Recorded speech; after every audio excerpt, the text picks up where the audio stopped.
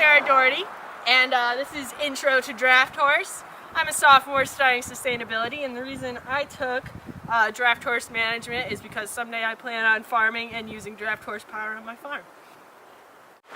Hi, my name is Brendan. I'm a natural resource management and policy major, and I took this class because I was really interested in horses and working with them. So today we're going to be talking about what we would do on our daily basis to get ready for using the horses in our driving classes. We're going to go over brushes and how we pick their feet and get them ready for harnessing, and then we're going to go into the harness parts, what they're used for, and actually assembling the harness onto the horses. Alright, so we started off with that curry comb. As you can see, there's a little bit of dust flying off the horse right now, and some of her hair because it's spring and it's getting warmer, so they're shedding their winter coats. This mostly is just to help them get along in the shedding process to make sure that they're comfortable when they are working, because they do get hot. And after using this comb and kind of brushing things down, I'm going to move to our soft brush. And this is kind of just to make sure that where the harness is riding, there aren't no clumps of hair, that the horse can comfortably wear the harness. It doesn't have to be uncomfortable while working for us. And after I'm done brushing, I'm going to move on to using this little tool to pick their feet.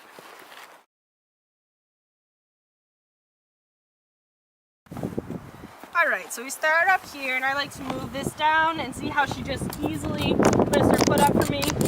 Get in there, move any of the debris that's in there, make sure that the hoof and the shoe are clean and that they can easily walk without worrying about slipping or damaging their hooves.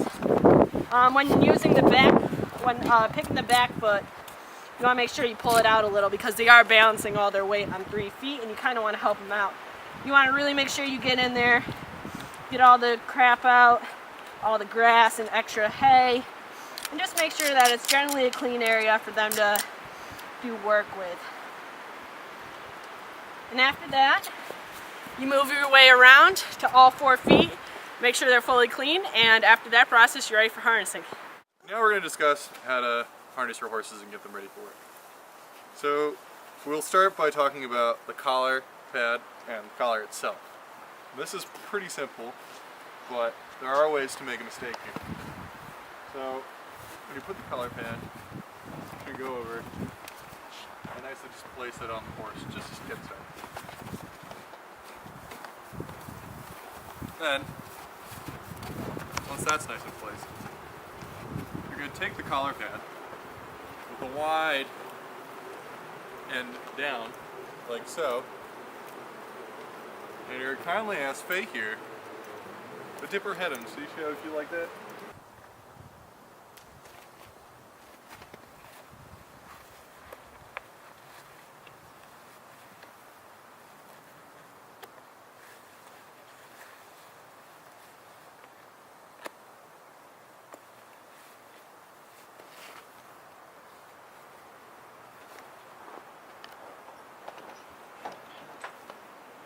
And so the collar pad is nice and kind of snug, but it's not too tight, and it's not interfering with the trachea up in here.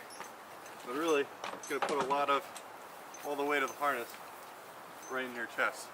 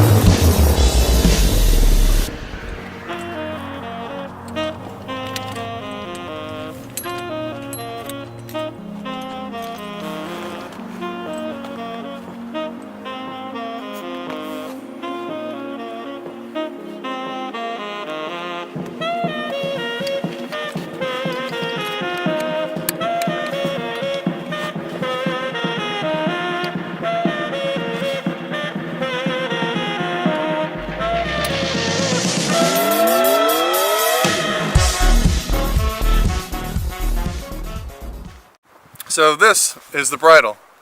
Right here you got the bit, the noseband, the headband, the blinders, and this is how we control the horse.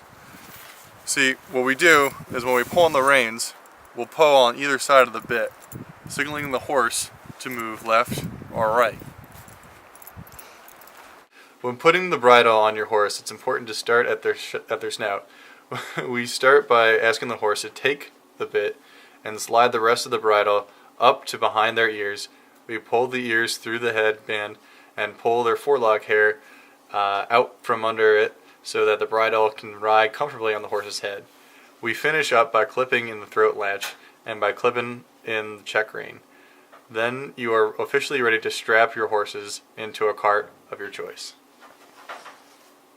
So these are the 4 harness parts that allow for braking to happen.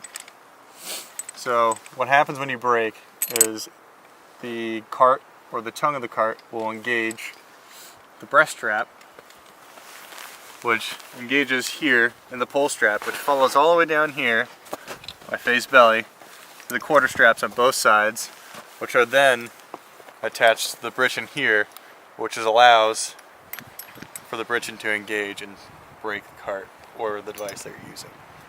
Alright, so when getting or putting back your harness and collar and bridle, we have a certain way that we put things back. On the right is ladies and on the left is Faye's. Their bridles are different and their harnesses are different because both of the horses are not the same size. So it's really important to make sure that you put things back where they belong. We also have a certain way that we hang things up. When taking the harness off of the shelf, we like to slide it onto our right hand, hold the hands with both hands, and it makes it easier when applying it onto the horse's body. And it's the exact opposite when you take it off. You're sliding it, and then you're sliding it back on the way that it is, as you can see here. When hanging up our collars, it's also really important that we don't hang it up like this one. As you can see, with the collar, the wider part goes on the top and the buckle hangs down low. The reason we don't hang the buckle on the top is because this is a really fragile part of the collar and it's set to a certain width. We don't hang it because we don't want to stretch this, we don't want to damage it. So by hanging it upside down and facing outwards, we reduce the stress that would normally be put on this part of the collar. We have it facing out just because for convenient reasons, and it lets it dry out if the horses get too sweaty. And we place our bridles right on top of there. It's really important not to mix up the bridles. Faye has a different bit than Lady, and those are pertinent and related to their mouth and how they react when we're giving them direction. So it's really important to make sure that you have the correct equipment on the right horse. I'm going to take a walk back here.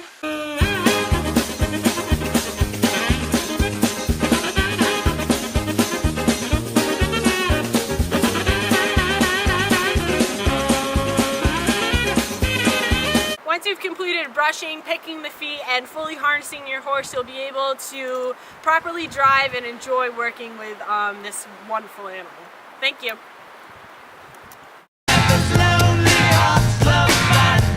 We're sorry.